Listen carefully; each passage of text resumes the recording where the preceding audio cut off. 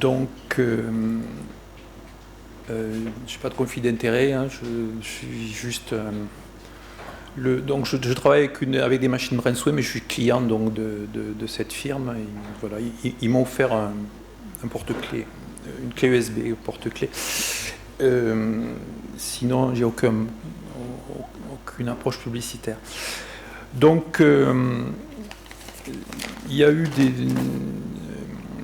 la révolution des antidépresseurs il y a 60 ans, la révolution du Prozac il y a 30 ans. À mon avis, les années 2010 vont connaître la révolution de la stimulation magnétique transcrânienne qui s'impose qui a accumulé des preuves d'efficacité et obtenu l'agrément des autorités de santé depuis presque 10 ans bientôt aux États-Unis et puis un peu partout dans le monde. Elle constitue la deuxième ligne de traitement lorsque la chimiothérapie antidépressive ne donne pas les effets escomptés. Donc inventée en Angleterre par Anthony Barker, qui est un neurophysiologiste, en 1985. Là, on le voit à un congrès à Barcelone en 2017, où il était invité d'honneur et où il parlait de son œuvre. Et là, il présente sur la diapo, dans l'indication de la dépression, donc les 5 fabricants qui ont obtenu l'agrément de la FDA aux États-Unis. Il y a au Danemark, Israël, il y a les Russes, les Anglais avec Maxim, les Américains Neuronetics. Moi, je travaille avec Brainsway, qui est un constructeur israélien. La technologie Brainsway Deep TMS utilise une bobine en forme de H, dissimulée sous un casque, qui stimule plus profondément que les autres bobines en forme de 8 et la séance est plus courte, elle ne dure que 20 minutes. La zone de stimulation est plus large, donc c'est plus facile à ajuster. Et elle offre surtout donc la solution prête à l'emploi d'un protocole standardisé, facile à paramétrer pour l'état dépressif. Je compare ça un peu à la philosophie Apple, qui est facile à utiliser pour un profane, pour un psychiatre qui n'aime pas bidouiller avec des réglages compliqués de neurophysiologie, de stimulation crânienne. Donc on prend des mesures du crâne avec 1 centimètre, on paramètre la machine en faisant un point moteur sur le cortex qui provoque un mouvement de la main, et on se déplace de 6 cm en avant pour stimuler le cortex préfrontal. Voilà, donc c'est un congrès de nouvelles technologies, donc je vous en parle. La prochaine étape, c'est de se guider avec une cartographie, avec un IRM du cerveau du patient.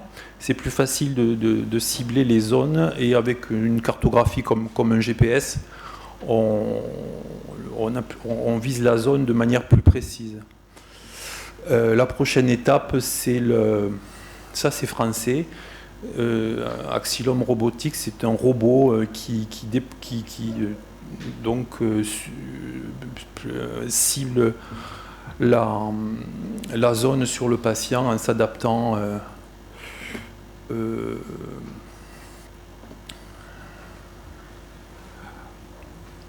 s'adaptant à ses mouvements. Ouais, il y a un temps de latence là, alors je suis désolé, je m'embrouille un peu avec mes diapos. Là, vous voyez, voilà, donc vous avez cette petite merveille de technologie. Alors, la concurrence entre les fabricants fait que pour le prix d'une bonne voiture, vous pouvez mettre une machine à neurostimulation dans votre cabinet. Bon, après, des machines comme ça, c'est le prix d'une Ferrari. Hein. Bon, franchement, pour l'instant, je ne vois pas trop l'intérêt, parce qu'ensuite, c'est bien joli d'avoir le cerveau du patient, mais il faudrait une imagerie fonctionnelle pour connaître les zones qui fonctionnent plus ou moins. Bon, ça, là, on est encore pas dans la science-fiction, mais dans un futur plus lointain. Voilà. Donc les effets secondaires sont minimes, quelques céphalées, contractures, inconfort, les premières séances, mais franchement, il n'y a pas d'effet secondaire, je trouve. Les patients qui n'aiment pas ça, ils ont une espèce de crainte phobique, et en principe, ils évitent le protocole tout de suite, quoi, hein. Mais à partir du moment où le protocole est suivi, c'est très bien toléré. Donc là, on a parlé donc du parcours du combattant, du dépressif. Les antidépresseurs sont sujets à polémique dans le public. Ils sont très mal observés. On l'a vu dans la communication précédente. La surmédication est fréquente. Le mésusage aussi. Donc l'efficacité sur le risque suicidaire et la qualité de l'hospitalisation, c'est pas toujours possible. De toute façon, on ne peut pas hospitaliser tous les patients dépressifs et suicidaires. La majorité y échappe. On rencontre quelquefois des patients qui ont été traumatisés par une hospitalisation. Les psychothérapies structurées sont inopérantes à ce stade. Donc la RTMS est ambulatoire. Il y a un petit film publicitaire là, qui est amusant. Et plusieurs centres privés fonctionnent en France. Donc à Béziers, nous avons traité 400 patients depuis 3 ans maintenant que je pratique ça. Donc je lance un appel à des étudiants qui seraient intéressés pour exploiter ces dossiers statistiquement et pour faire des études que je n'ai pas le temps et les moyens de faire, ni la compétence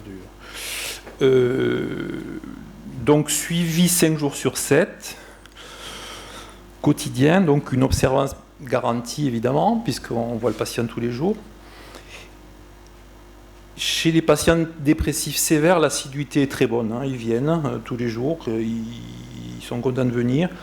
On a donc l'assurance de l'observance, bien sûr, de ce traitement, mais aussi l'observance des médications, des médicaments, et la maîtrise des comportements addictifs avec l'alcool notamment, ce qui est un atout très, très important, bien évidemment.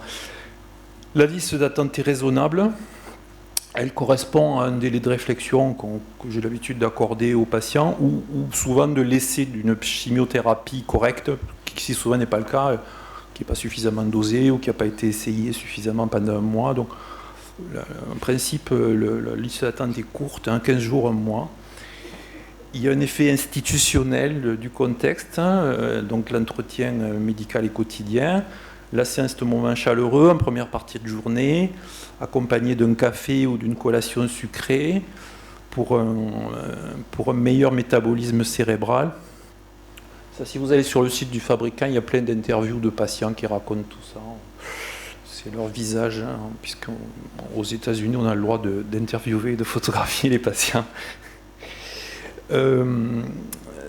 Donc voilà, c'est ce que j'ai observé là. Je pensais un petit peu. Il vous reste une minute. À me réfugier derrière des machines pour être un petit peu tranquille. Mais en fait, non, je me suis passionné au projet et je m'aperçois que c'est le contraire qui se passe. L'alliance thérapeutique est renforcée.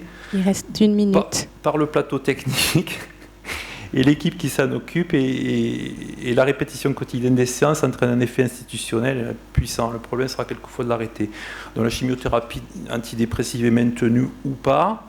Les résultats sont obtenus au bout de 3 à 6 semaines, durables, souvent sans aucun autre traitement. Les études montrent que 50% des patients reviennent au bout d'un an, c'est à peu près ce que l'on observe en pratique.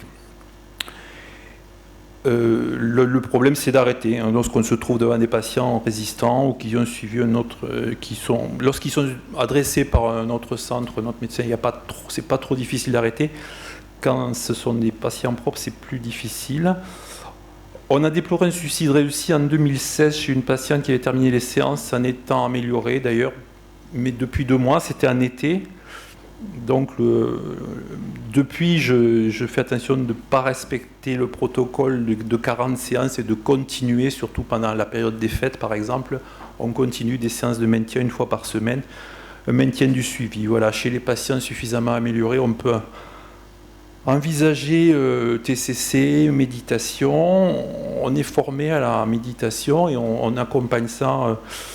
On apprend aux patients durant les séances à rester en pleine conscience plutôt que de feuilleter des magazines ou tripoter son smartphone. Là aussi, il y a des pistes de recherche là-dessus. Donc j'abrège parce que je suis en retard. Voilà, donc le site du fabricant pour en savoir plus. Une page Facebook que j'ai faite pour informer les patients en français parce que le site du fabricant est en anglais. Je travaille avec une MSP à Béziers particulièrement dynamique. Voilà, pour en savoir plus. Je vous remercie.